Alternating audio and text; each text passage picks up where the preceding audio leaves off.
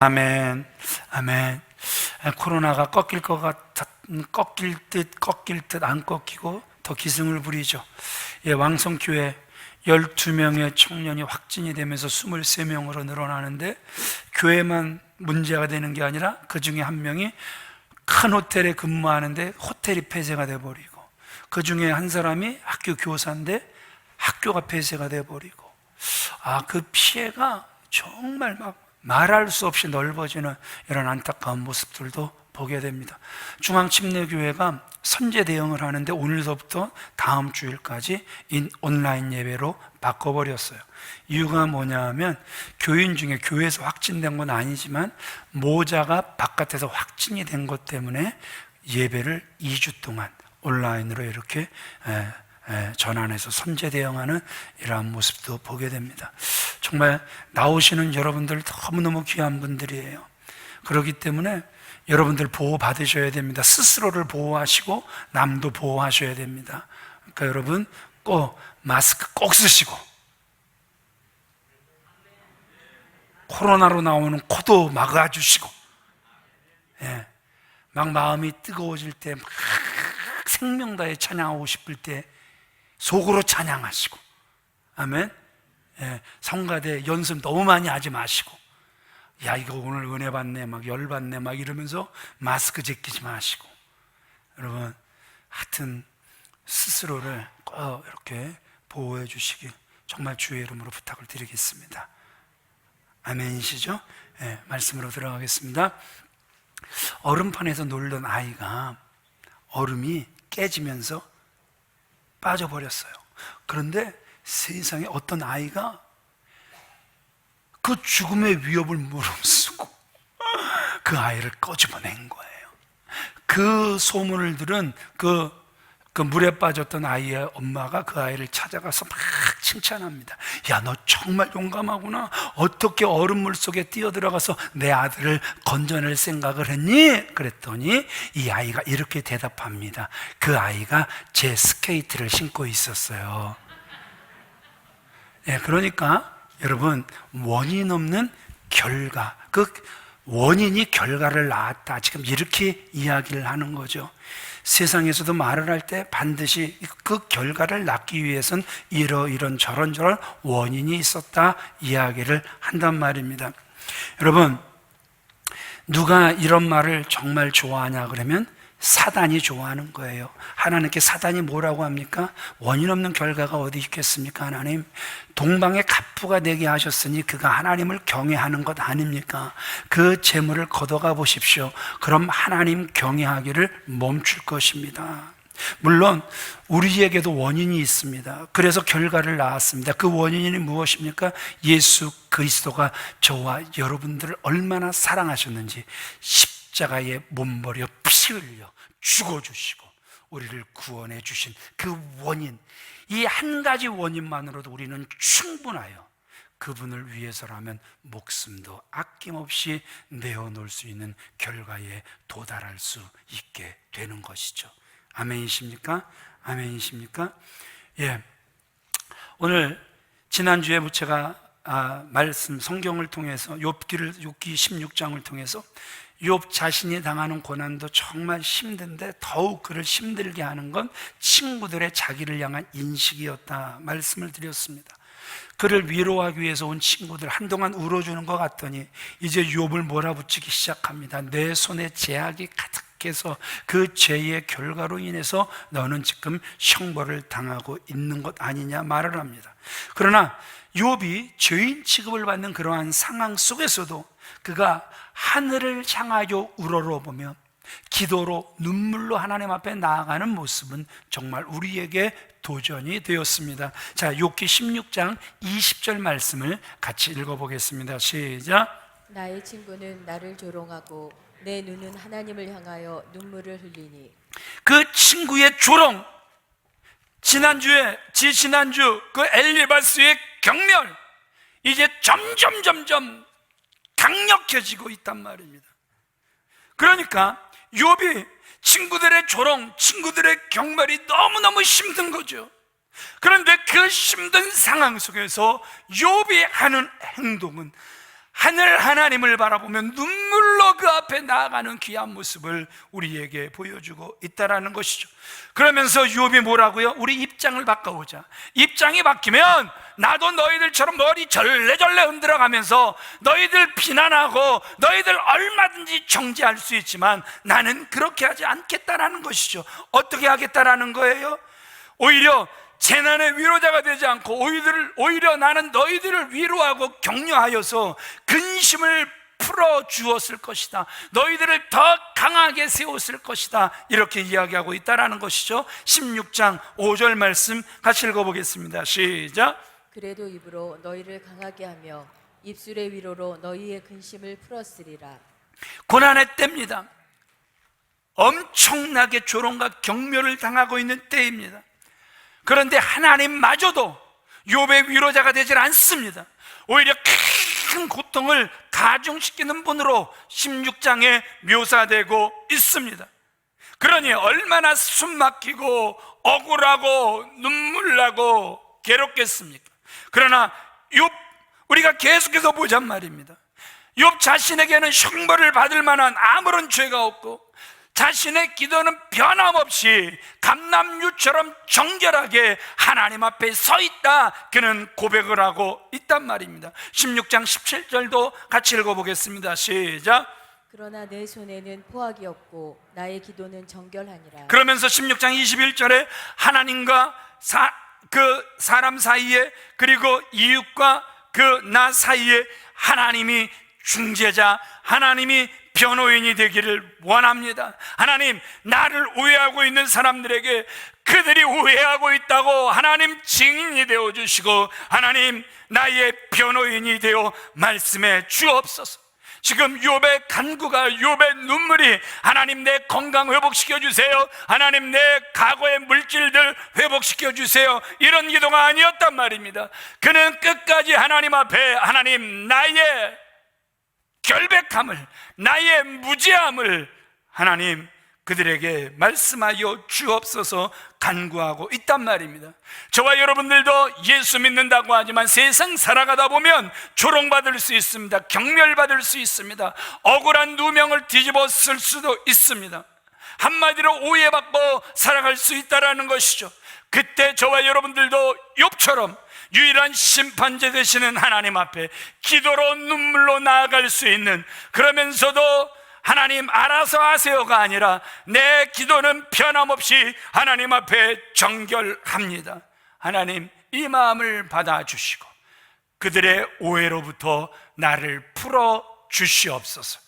간구할 수 있는 저와 여러분들 되어지시길 우리 주 예수 그리스도의 이름으로 축원을 드립니다.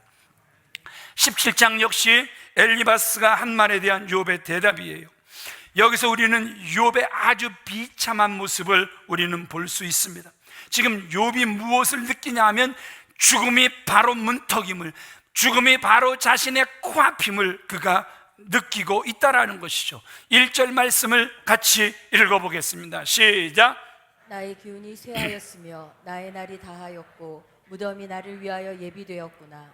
우리가 일생을 살아가는 동안 단 한 번도 아파보지 않는 사람은 별로 없습니다. 작게는 감기로부터 시작을 해서 크게는 암으로, 젊어선 건강을 자신했지만 점점 나이가 들어가면서 어느 순간 중병에 걸려있는 나를 일찍 발견할 수도 있고 늦게 발견할 수도 있다는 것이죠. 설령 그럴지라도 세상이 얼마나 많이 발전했습니까? 옛날 같으면 벌써 죽었을 사람이 무슨 병인지도 모르고 죽었을 사람들이 현대의학의 발전으로 인해서 치료가 되고 또 수술을 해서 호전되고 다시 건강이 회복되기도 하죠. 세상이 얼마나 많이 발전이 됐는지 그냥 얼굴이 뭉그러져서 형체를 알아볼 수도 없는데 뭐 뇌사자나 이런 분들이 그 얼굴을 기증을 해주면 그 얼굴을 이제는 바꾸는, 그래서 이런 세상이 됐죠. 팔이 절단이 됐어도 누군가 기증을 하면 그 팔을 이제는 바꿔서 이제는 그 다시 제 기능을 발휘하게 하는 그러한 세상이 되었단 말입니다. 그런데 오늘 욥의 질병은요, 갈수록 악화되고 마침내 기운이 다 떨어져서 죽음이 그의 눈앞이란 말입니다.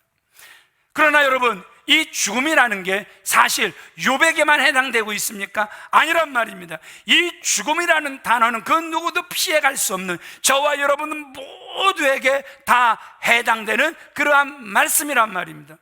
중간에 우리 진호가 이렇게 앉아있지만 여기서 제일 어릴 것 같아요. 그렇다 해서 진호가 제일 어리지만 진호라고 해서 죽음이 피해갈까요? 아니요.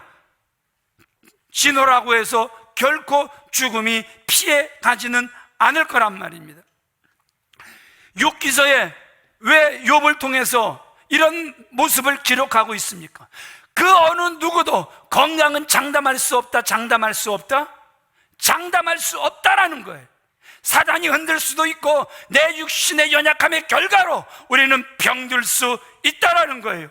히브리서 9장 27절 말씀처럼 사람이 한번 죽는 것은 사람에게 정해진 것이라는 거예요. 그 누구도 피해갈 수 없다라는 거예요. 어떤 이에게는 일주일 후에, 어떤 이에게는 한 달 후에, 어떤 이에게는 1년 후에, 어떤 이에게는 10년 후에 반드시 이 형이 피해가지 않고 집행될 것이란 말입니다. 우리 로마서 5장 12절 말씀 같이 읽어보겠습니다. 시작. 이러므로 한 사람으로 말미암아 죄가 세상에 들어오고 죄로 말미암아 사망이 왔나니 이와 같이 모든 사람이 죄를 지었으므로 사망이 모든 사람에게 이르렀느니라. 사망은 모든 사람에게 이르렀다. 그런데 다윗은 이 말씀보다 더 한 걸음 나아갑니다. 다윗이 요나단과 대화를 이렇게 하면서 사무엘상 20장 3절에 나와 사망 사이는 한 걸음이다. 보폭이 어느 정도 넓을지 모르지만 여하튼 다윗의 고백은 나와 사망 사이는 한 걸음뿐이다, 이렇게 기록을 하고 있단 말입니다. 그러니까 사망은 누구에게나 멀리 있는 것이 아니라 바로 한 발자국 앞에 있다라는 것이죠.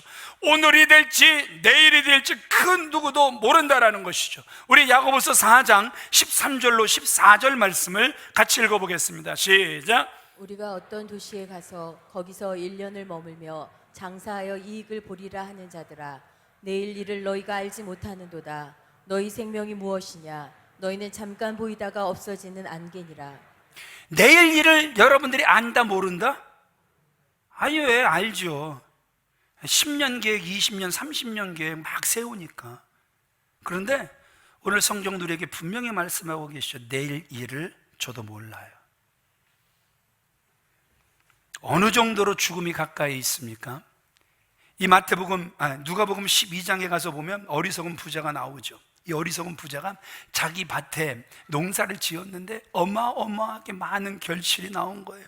야, 이렇게 곡식이 잘 됐는데 내 창고는 너무너무 좁네. 그러니 창고를 크게 지어서 이 곡식을 다 집어넣자. 그러면서 그가 내 영혼아 기뻐하고 내 영혼아 즐거워하라. 먹어라 마셔라 즐겨라. 내 창고에 먹을 것이 넘치느니라. 그러나 그 어리석은 부자를 향하여 예수님께서 친히 뭐라고 말씀하십니까? 오늘 밤에 내 영혼을 다시 찾으리라. 그러면 준비해둔 그 모든 것이 네 것이 되겠느냐? 우리의 생명이 오늘 밤이 될 수도 있는 것이고 우리의 생명이 내일이 될 수도 있음을 우리에게 분명하게 말씀해주고 있다는 것이죠. 저는 어려서부터 교회에서 태어나서 교회에서 자라고 외국 생활 빼고는 교회를 떠나본 적이 거의 없습니다.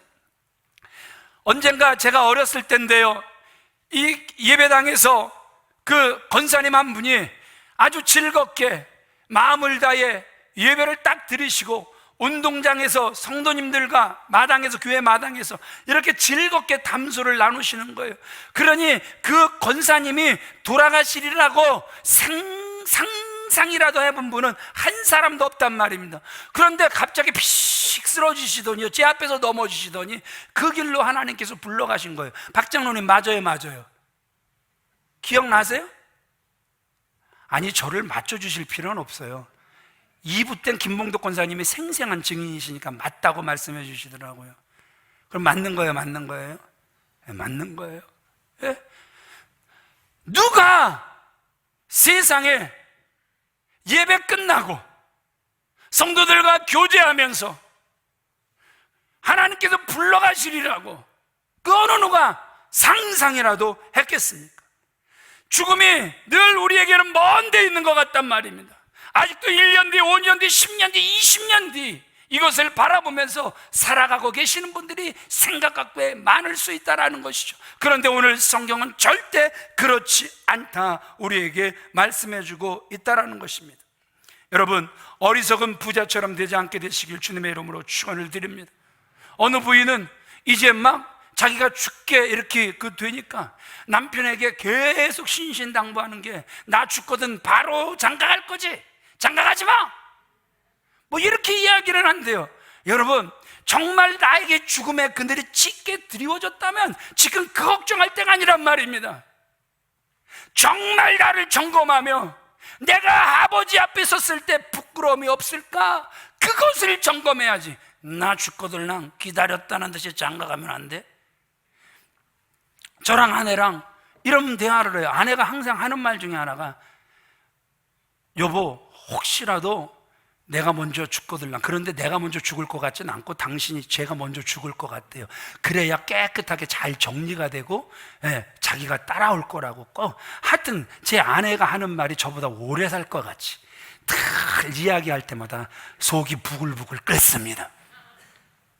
근데 여러분, 누가 감히 오래 살 것이다 장담할 수 있는 사람이 누가 있겠습니까? 그저 평균적으로 여자들이 더 오래 살더라 이것뿐이지 그 속에 내가 포함되고, 그렇다고 해서 평균이 늘 평균되는 건 아니잖아요.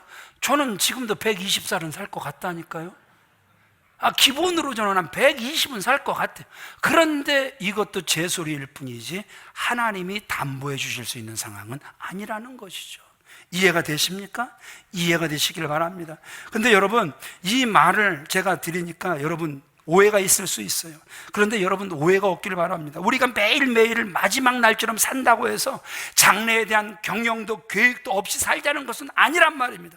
우리는 영원히 살 것처럼 일해야 되는 거란 말입니다. 내일 죽는다고 해도 오늘 저와 여러분들은 사과나무를 심는 거란 말입니다. 아멘이십니까? 내일 하나님이 나를 불러가실 것 같아도 우리는 한 영혼을 살려서 세우는 일을 감당해야 하나님의 사람이란 말입니다.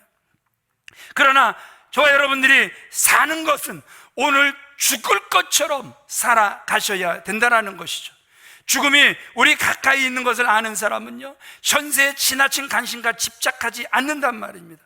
부자처럼 주님께서 오라 하시면 우리는 싹 다 내려놓고 갈 수밖에 없는 연약한 인생이더란 말입니다. 그런데 바로 이 힘들고 괴롭고 답답하고 죽음의 그림자가 짙게 드리워진 순간 욥은 하나님께, 아까도 말씀드렸죠, 다시 한번 과거의 영광 회복시켜 주세요, 다시 한번 건강 회복시켜 주세요, 이렇게 기도하지 않고, 하나님, 내가 하나님 앞에 사람 앞에 무죄함을 주여 증명하여 주옵소서.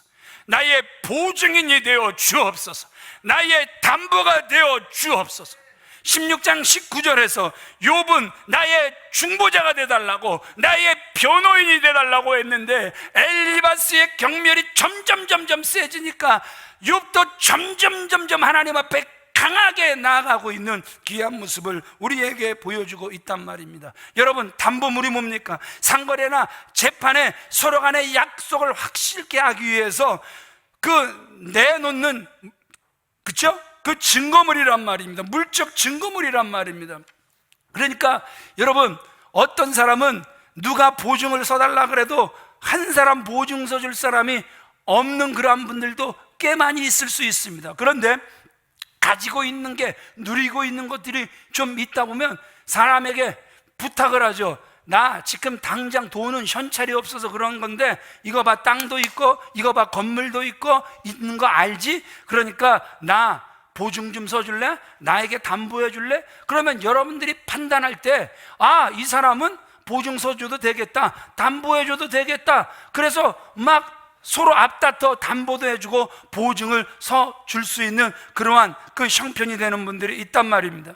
여러분, 우리가 신앙생활 할 때도 저와 여러분들에게 가장 중요한 것이 뭐냐 하면 담보물이란 말입니다. 담보가 있어야 되는 거예요. 보증인이 있어야 된단 말입니다. 여러분, 우리 창세기 38장 17절로 18절 말씀 같이 읽어보겠습니다. 시작. 유다가 이르되 내가 내 때에서 염소 새끼를 주리라. 그가 이르되 당신이 그것을 줄 때까지 담보물을 주겠느냐. 유다가 이르되 무슨 담보물을 내게 주랴. 그가 이르되 당신의 도장과 그 끈과 당신의 손에 있는 지팡이로라 하라. 유다가 그것들을 그에게 주고 그에게로 들어갔더니 그가 유다로 말미암아 임신하였더라. 여러분, 참 성경은 솔직해요. 되게 솔직해요. 우리는 예수 믿어도 솔직하지 못할 때가 얼마나 많은지 모른단 말입니다. 진짜 예수 믿는 건 정말 솔직해지는 거거든요. 이런 기록이 성경에 안 나오는 게 좋잖아요, 그죠? 이런 기록은 우리 귀에 안 들려지는 것도 좋은 거잖아요, 그죠? 이게 무슨 사건이죠? 시아버지가 며느리하고 관계를 해버린 거예요. 얼마나 창피합니까? 그런데 성경은요, 아니라는 거예요. 오히려 이 사건으로 인하여 그 유다가 결국은 그의 그 계보가 어떻게 되는 거예요?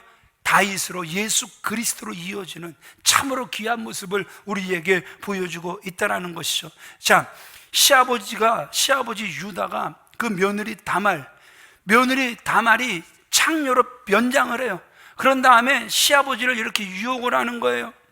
그런데 당장 그 창녀를 살 돈이 없으니까 뭐라 그러는 거예요? 무엇을 너에게 담보로 줄까? 그랬더니 그 창녀 며느리가 뭐라 그래요? 담보물로 도장 달라, 끈 달라, 지팡이 달라. 그래서 그거 받고 시아버지와 며느리가 관계를 합니다. 그리고 마치 아무 일도 없었던 것처럼 집으로 돌아갔는데 3달 뒤에 시아버지 유다에게 무슨 소식이 들려오냐 하면 며느리 다말이 다 말아먹게 생겼어. 뭔 일이야? 임신을 했디야. 그러니까 시아버지 유다가 그냥 대노를 하면서 돌로 쳐 죽여. 그런데 며느리 다말이 죽음의 현장으로 끌려가면서 그가 내민 게 뭐죠? 이 담보물로 인하여 내가 임신하게 되었습니다. 그걸 시아버지 유다에게 딱 보여주니까 그게 누구 거예요? 지 거거든요. 그러니까 창세기 38장 26절에 유다가 다말에게 너는 나보다 옳은 자다, 이런 고백으로 끝나거든요. 담보물이 그만큼 중요한 거예요. 누구를 살릴 수 있으니까? 나를 살릴 수 있으니까. 그 광야에 그 방황하던 그 이스라엘 백성들이 이제 드디어 가나안을 정탐하게 됩니다. 그런데 그 정탐꾼들이 들어가다가 걸려 어디에 들어가게 되죠? 기생 라합의 집에 숨어들게 되죠. 기생 라합이 그들을 살려줍니다. 그래서 이제 그들을 보내줄 때 뭘 부탁하는 거죠? 나와 우리 식구들을 살려달라. 무엇을 너희들이 담보할래? 무엇으로 보증할래? 그랬더니 이 정탐꾼들이 너희 그 창 바깥으로 빨간 줄을 들이워라. 그러면 그 집은, 우리를 도와준 집으로 그 집안에 거하는 모든 사람들은 우리가 살려줄 것이다. 그 담보로 인하여, 그죠? 기생 라합과 그 안에 있던 모든 사람들이 살았단 말입니다. 여러분, 저와 여러분들에게도 분명 무엇이 있어야 됩니까? 담보가 있어야 돼요. 제가 목사지만 하나님 앞에 딱 서면 제 죄를 싹 다 짓고 하게 될 때 부끄러운 일이 어마어마하게 많아 쥐구멍이 있다면 숨어들고 싶은 그러한 상황이 될 수도 있단 말입니다. 그러나 그때 예수 그리스도께서 하나님 앞에 딱 서셔서 아버지, 제가 이 은총 목사를 위하여 십자가 위에서 아낌없이 피를 흘려 쏟아 죽었습니다. 내 피가 이 은총 목사에게 보증이 됩니다. 그러면 하나님은 그것으로 인하여 우리를 천국으로 들이실 줄 믿습니다. 아멘이십니까? 저와 여러분들에게 담보가 있단 말입니다. 보증인이 계시단 말입니다. 누구시라고요? 바로 저와 여러분들을 사랑하사 자기 목숨까지 버리신 우리 주 예수 그리스도가 저와 여러분들의 보증인이요, 저와 여러분들의 담보인 줄 믿으시면 아멘 하시기를 바랍니다. 사람들은요, 동서남북 사방이 막히게 되면 이제는 죽었다고 절망하게 되고 막가파의 삶을 살기 쉽단 말입니다. 사단이 욥에게 누린 것이 바로 그런 것이었단 말입니다. 그럼에도 불구하고 욥은 하나님 아버지께 담보, 보증인이 되어달라고 요청한 까닭은 그 길만이 자신의 소신을 굽히지 않고 믿음을 지킬 수 있는 길인 줄 알았기에 하나님 나의 담보가 되어 주옵소서 요청하고 있다라는 것이죠. 그래서 우리 3절을 우리 새 번역으로 읽어보겠습니다. 시작. 내 보증이 되실 분은 주님밖에는 아무도 없습니다. 신앙인의 바른 도리, 신앙인의 바른 생각은 이거란 말입니다. 그렇죠? 나의 담보, 나의 보증이 되실 분은 누구밖에 없다? 주님밖에 없다. 그런데 우리는 너무 보증인이 많아. 우리는 너무나 많은 담보가 있어. 그러니까 그냥 그 담보물이 다 없어질 때까지, 그 보증인들이 내 주변을 다 떠날 때까진 그저 주님 바라보지 않고 세상 바라보고 세상 의지하고 세상 따라가는 이런 안타까운 모습 본단 말입니다. 여러분, 여러분들의 자녀들이 아직도 부모를 담보하고 부모를 보증인 세워 이것저것 하다가 싹 다 날리신 그러한 경험들을 가지고 계실 거란 말입니다. 그럼에도 불구하고 여러분 슬퍼하지 마시고 안타까워하지 마시고 대노하지 마시고, 그게 거울되어 오히려 그 자녀가 하나님 앞에 가까이 나와 구원받는 자녀가 된다면 그것으로 인하여 기뻐할 수 있는 부모님들이 되어주시길 우리 주 예수 그리스도의 이름으로 축원을 드립니다. 그거보다 귀한 게 어디 있습니까? 꼭 그때 보면 다 나타나. 내가 무엇을 더 사랑하는지, 내가 무엇을 더 의지하는지, 하나님보다 무엇이 더 귀한지 꼭 그럴 때 보면 다 나타나더란 말입니다. 그거 없어지면 세상 다 무너진 것 같고, 그래서 신앙도 저버리는 안타까운 모습들을 보게 된다는 것이죠. 그러나 내 자녀에게 예수 그리스도가 담보가 되시고 보증인이 되신 것, 그것만큼 귀한 일이 없음을 믿으시면 아멘 하시기 바랍니다.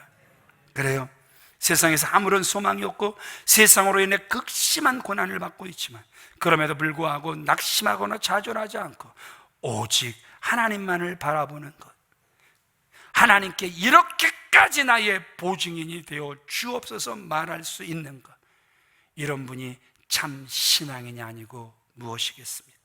진실로 성도는 세상에서 위로를 찾고 세상으로부터 만족을 얻는 사람이 아니더란 말입니다. 오직 나의 삶을 후원해 주시는 하나님만을 바라보며 그분만이 나의 구원이요 그분만이 나의 만족임을 믿고 끝까지 그분 바라보는 자, 끝까지 그분 따라가는 자가 참 성도인 줄 믿습니다. 진실로 하나님은 이처럼 오직 하나님만을 소망하며 하나님으로 인해 든든함을 누리는 자들의 삶을 분명히 책임져 주실 줄 믿습니다. 그런데 여기서 드러나는 문제점이 뭐냐 하면, 친구들, 지금 욥을 비난하고 정죄하고 심지어는 경멸까지 하는 그러한 친구들을 우리가 살펴볼 텐데, 그들에게 중보자도 없는 거예요. 그들에게 변호인도 없는 거예요. 그들에게는 담보도 없는 것이고 그들에게는 보증인도 없는 거란 말입니다. 그들의 손을 잡아줄 분이 없는 거예요. 4절 말씀 같이 읽어보겠습니다. 시작. 주께서 그들의 마음을 가리어 깨닫지 못하게 하셨사오니. 예, 우리가 이 세상에서 하나님 믿는다고 하면서, 우리가 이 세상 살아가면서 예수님 믿는다고 하면서 중보자를 만나지 못한 사람이 얼마나 많이 있는지 모릅니다.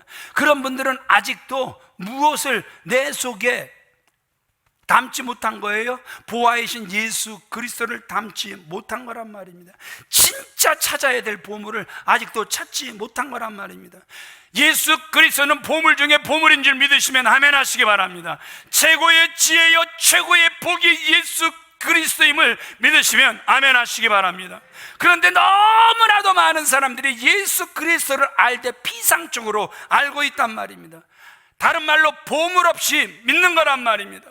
이 세상에서 아무리 재물이고 아무리 높고 좋은 위치에 있다 할지라도 보아이신 예수 그리스도가 우리 마음속에 계시지 않다면 안고 없는 찐빵과 같은 거란 말입니다.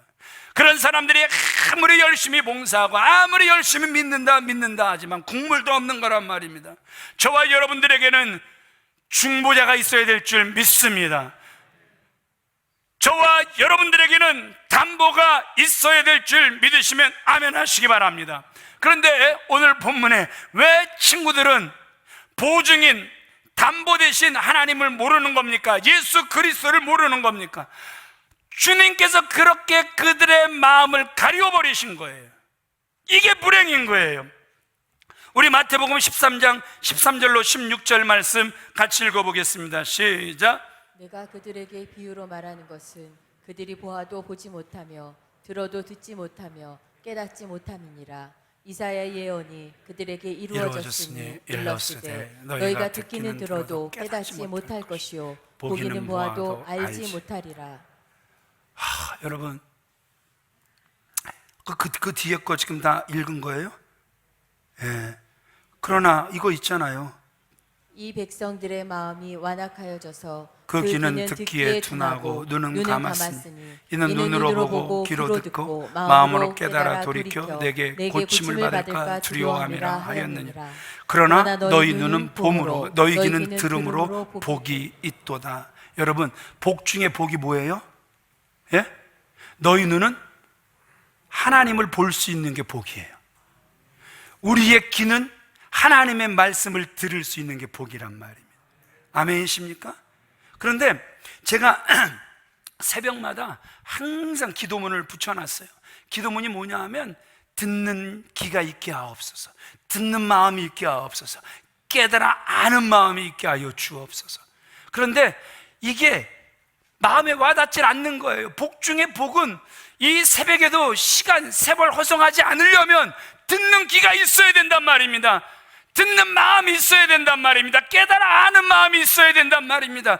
가장 귀한 것을 기도하자고 해도 뭘 이런 걸 기도해야 돼? 내가 기도할 게 얼마나 많은데, 그래서 이것을 아주 소중하게 붙잡지 못하는 참으로 안타까운 모습들을 보게 된단 말입니다. 솔로몬이 이제 왕이 됩니다. 그런데 그의 걱정이 무엇이었습니까? 이제 많은 백성들을 재판해야 되는데 내가 어떻게 그들을 바르게 재판할 수 있겠습니까?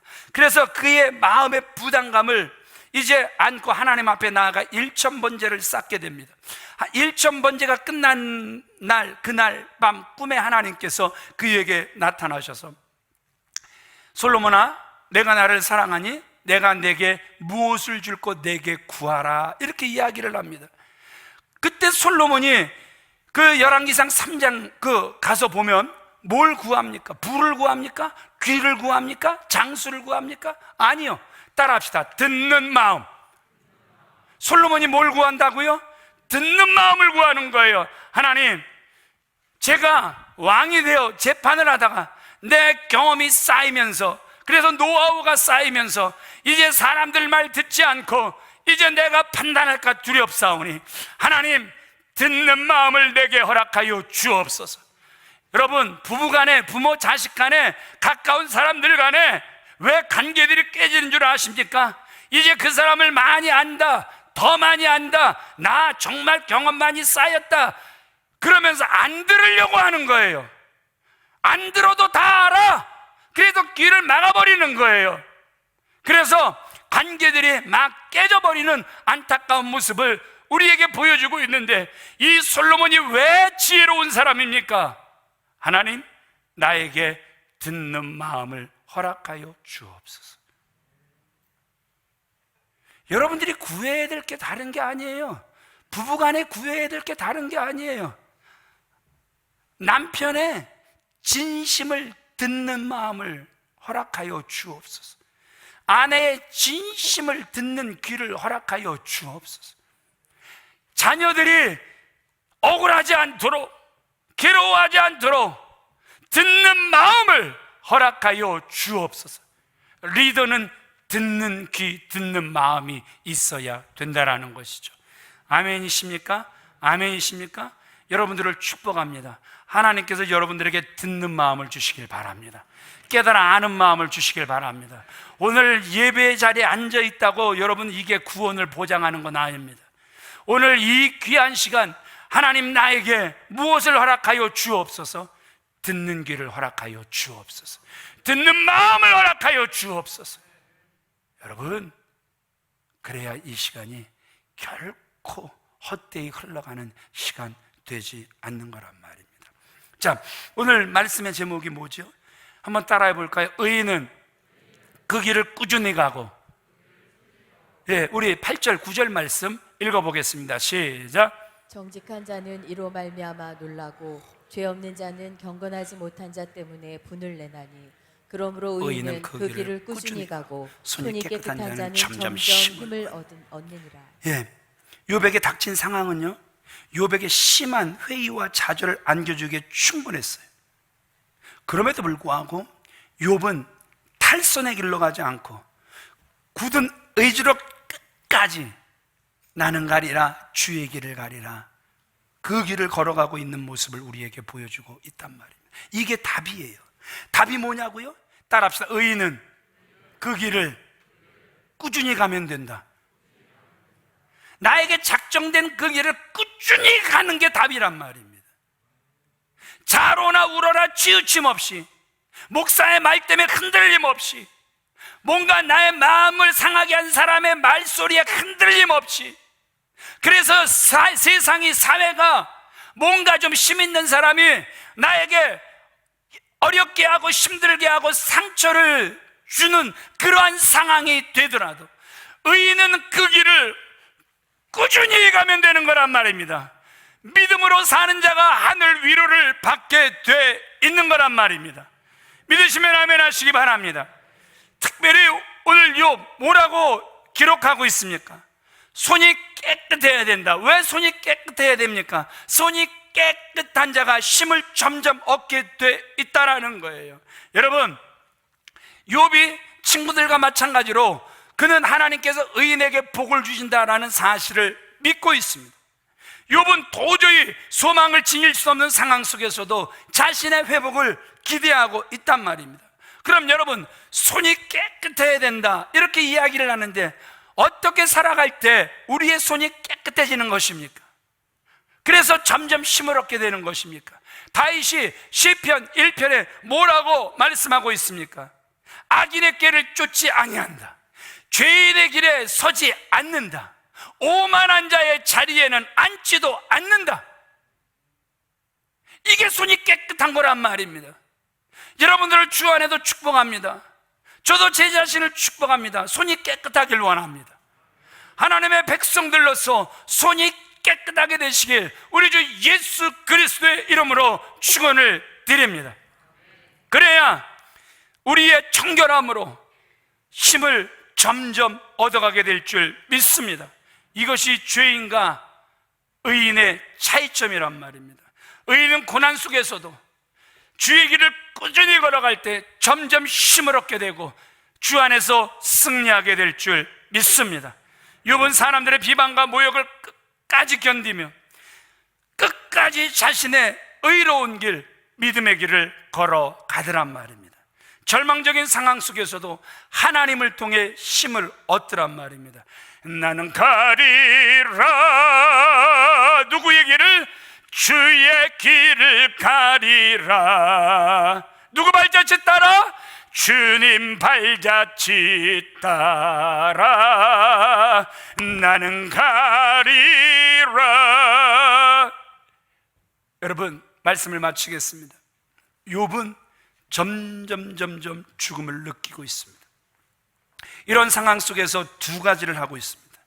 첫째는 하나님께서 자신의 무죄에 대해서 보증인, 담보가 되어 주시옵소서. 이 손을 꼭 붙잡아 주시옵소서.